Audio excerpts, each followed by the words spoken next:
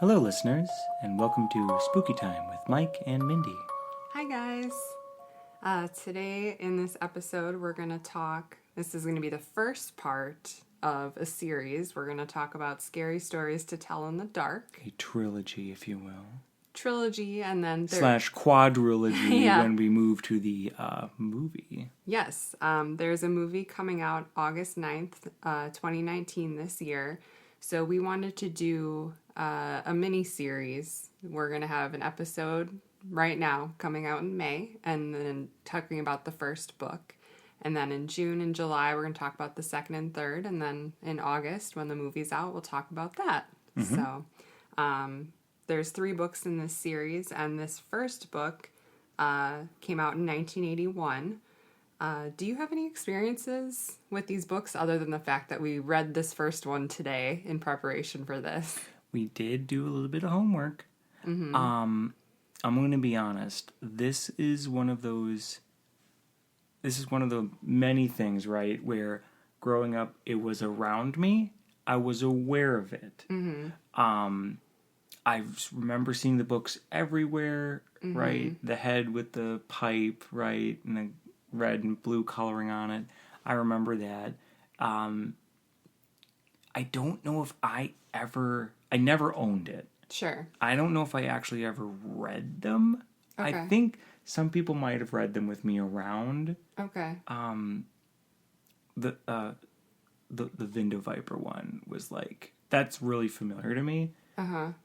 But I don't think I actually ever read these. Yeah, I feel like that was a joke or something that I've heard. Right, and was the joke from this book, or did the book take the joke? Yeah, so there's actually a portion of the book at the end that has funny stories, funny scary stories, and morbid humor. Mike's talking about the Vindo Viper, where this woman gets a call and he wants to wipe your windows, and she didn't know what he was saying, but he came to wipe her windows. Yes, he was the window wiper. Mm-hmm.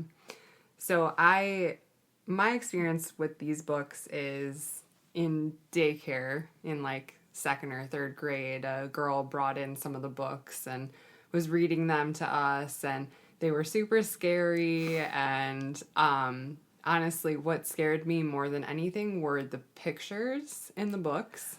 I'm going to agree with you there. Yeah. For me, the pictures were enough. Mm-hmm.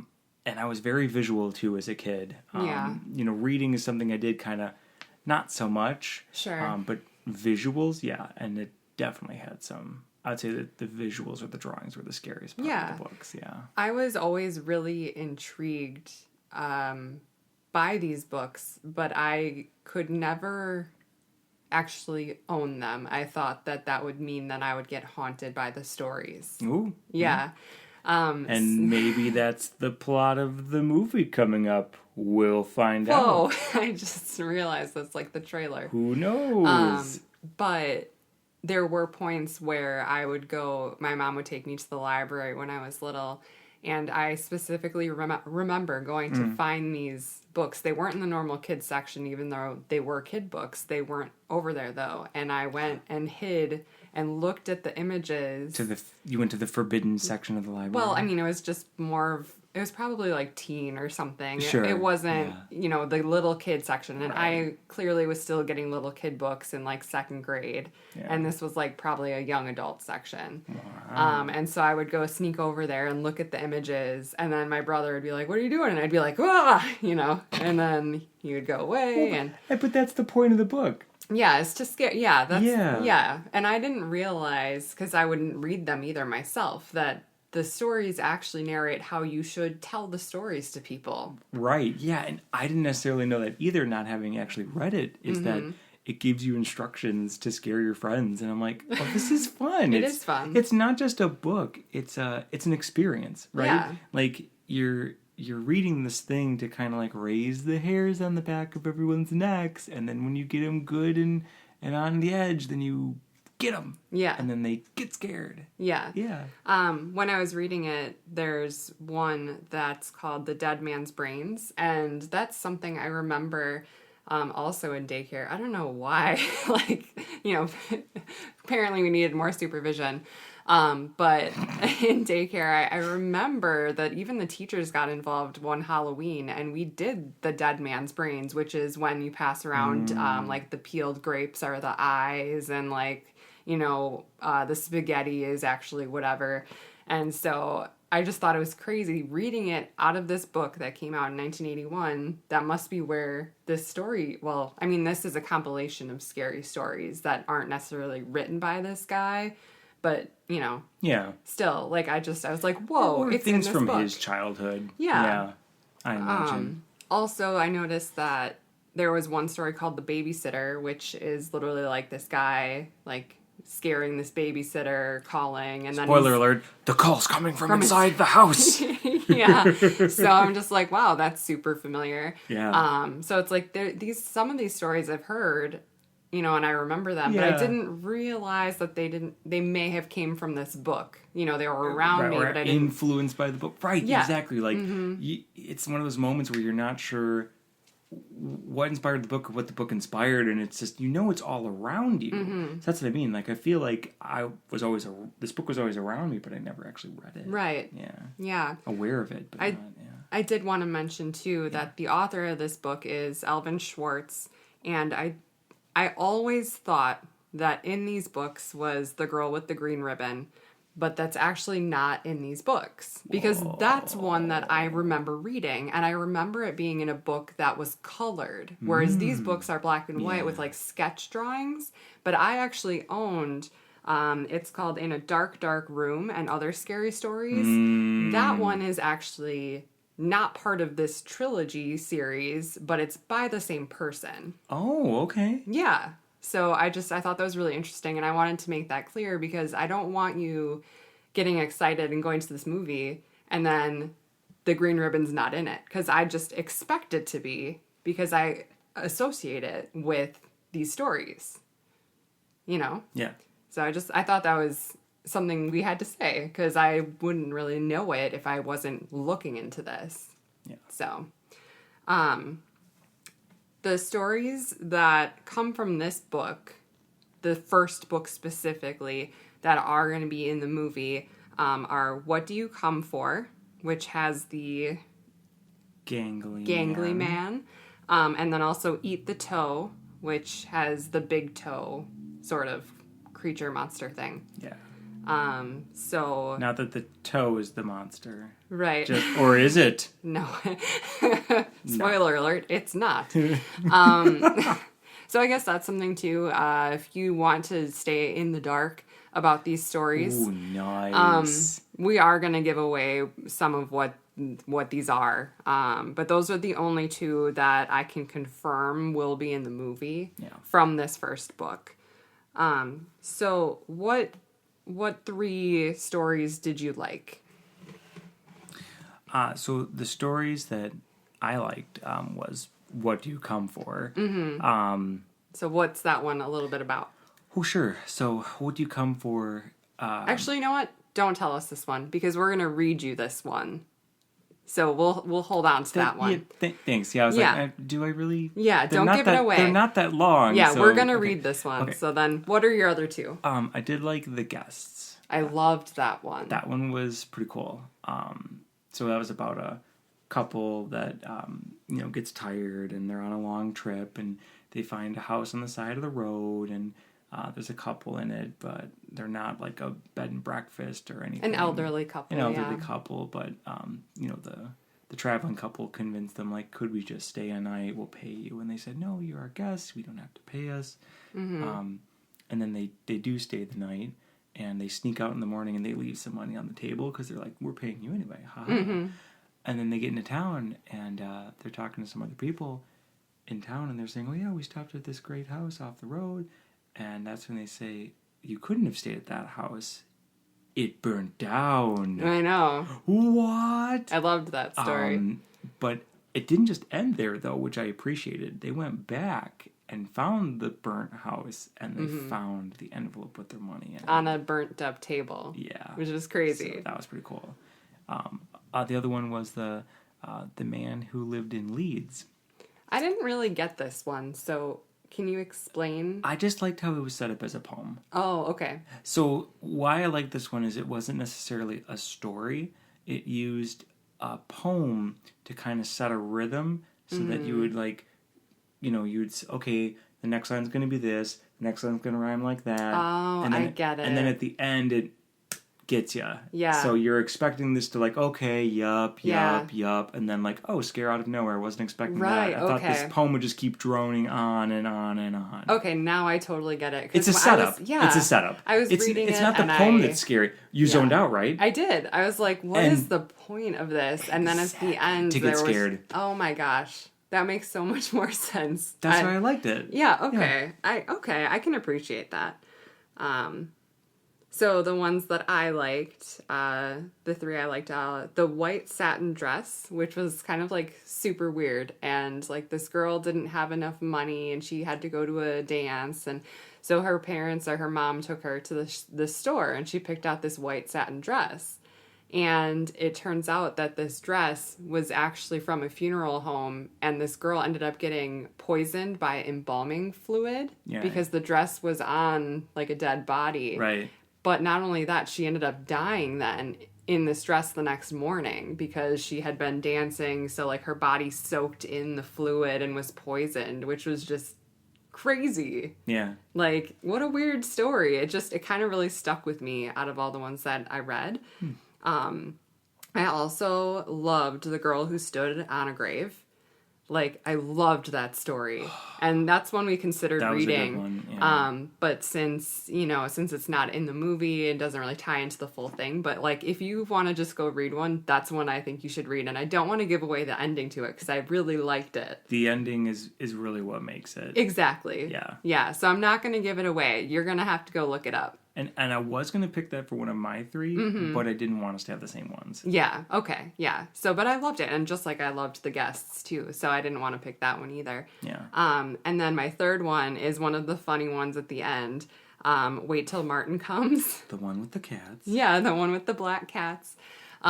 So, they're black, right? Or did I just assume they were black? Well, they were drawn. Yeah, they were drawn as black cats.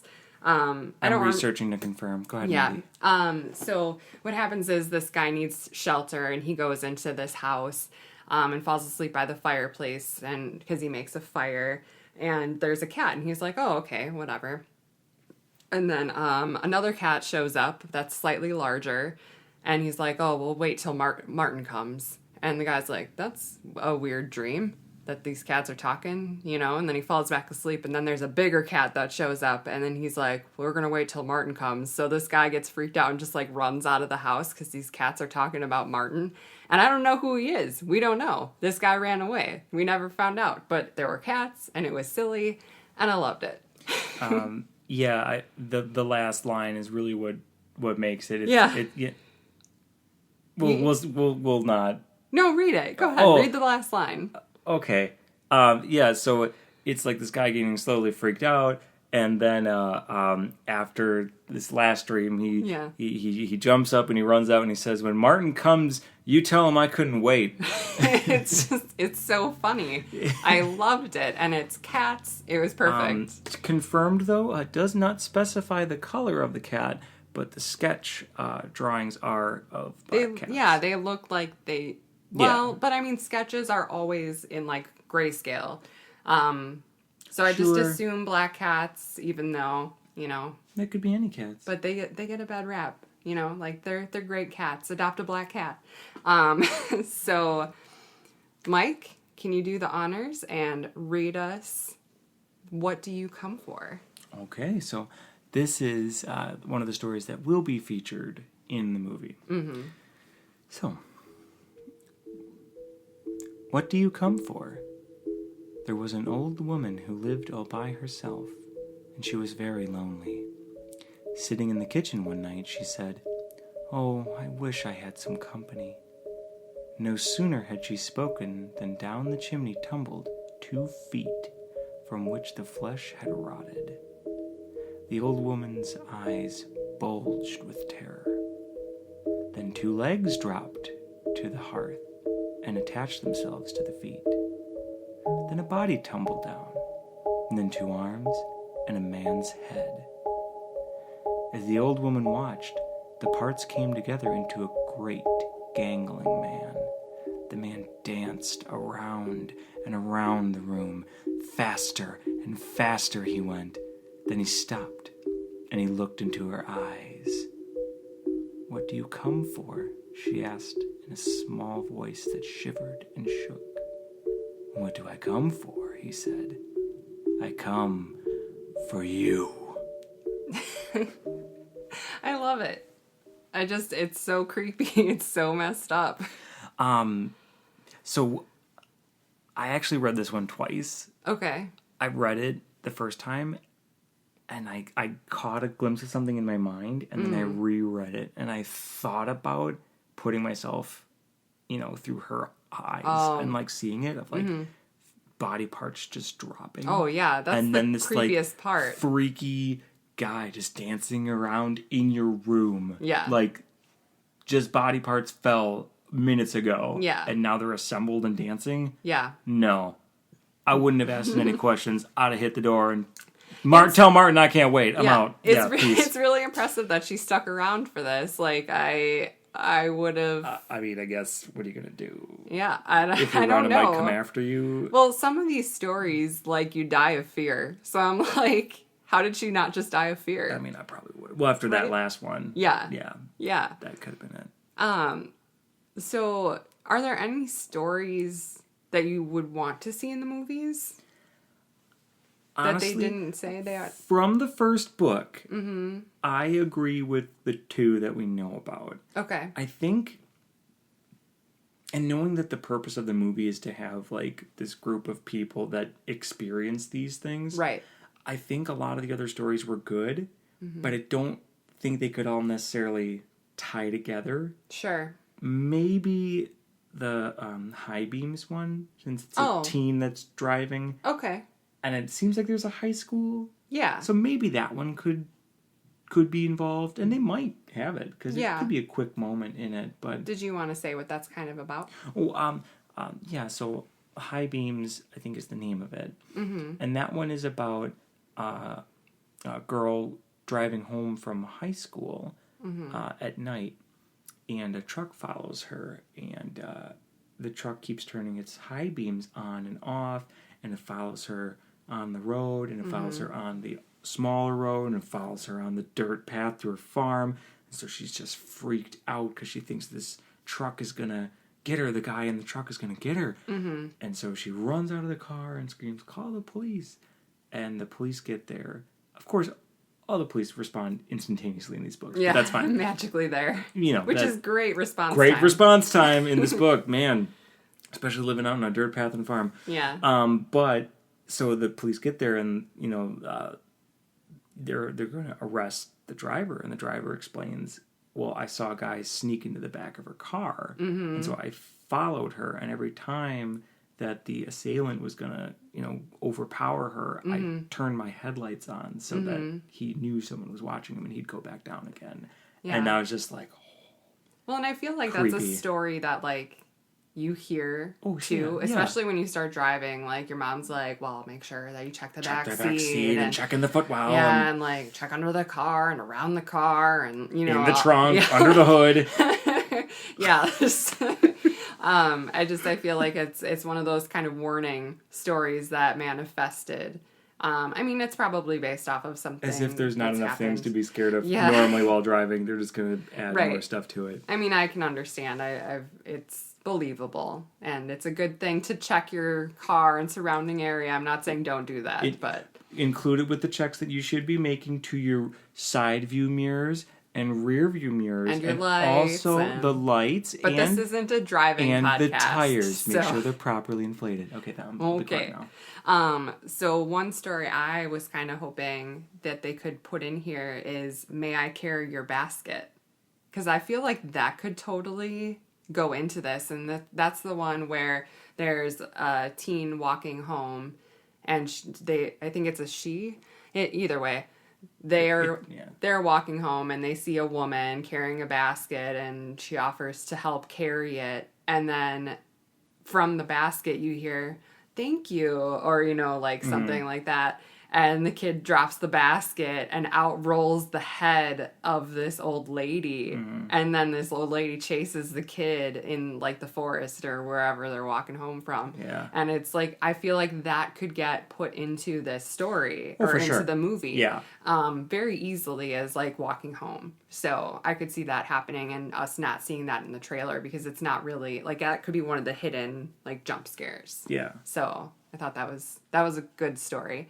I also just hope that there's nods to some of these other stories, not necessarily like making like scariness and like adding anything to it, but if we see a hook somewhere, you know, like on a car door or like something, Easter eggs. yeah, just like Easter eggs, We'll be or on the lookout. yeah, or like a white wolf, you know, in the background or something with that hunter that was killing all the wolves, and then this white wolf got him. Like, I thought that was a really cool story without being... Well, I have a theory on that one. Okay. I don't think it was a wolf. I think it was the lamb. Oh. So I think that's...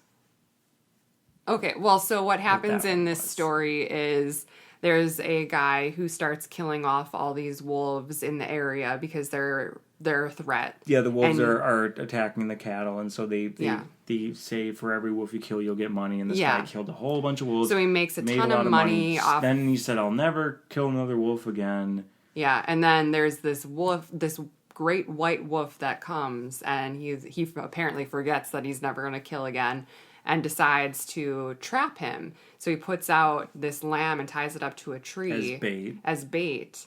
And then people are like, where is this guy? We haven't heard from him. And they go find him, and he's just got this gash in his neck, and like the lamb is fine, just like hungry and tired, it said. So yeah, I guess it could be the lamb. I didn't really think of that. Why I would thought, the wolf who'd killed him... well, I thought that it was the spirit, like a spirit of the wolves, like a spirit of the land protecting or something, and was like trying to get him to come out to take their revenge on him. That's much cooler. Than what you thought? Than than the a lamb lamb. becoming a wolf? I feel like... No, I don't think the lamb changed. Oh, no. Don't get me wrong. I think the lamb... But the lamb manifested this wolf or something. But that wouldn't make sense because the lamb wasn't a part of the story until after the white wolf was killing things.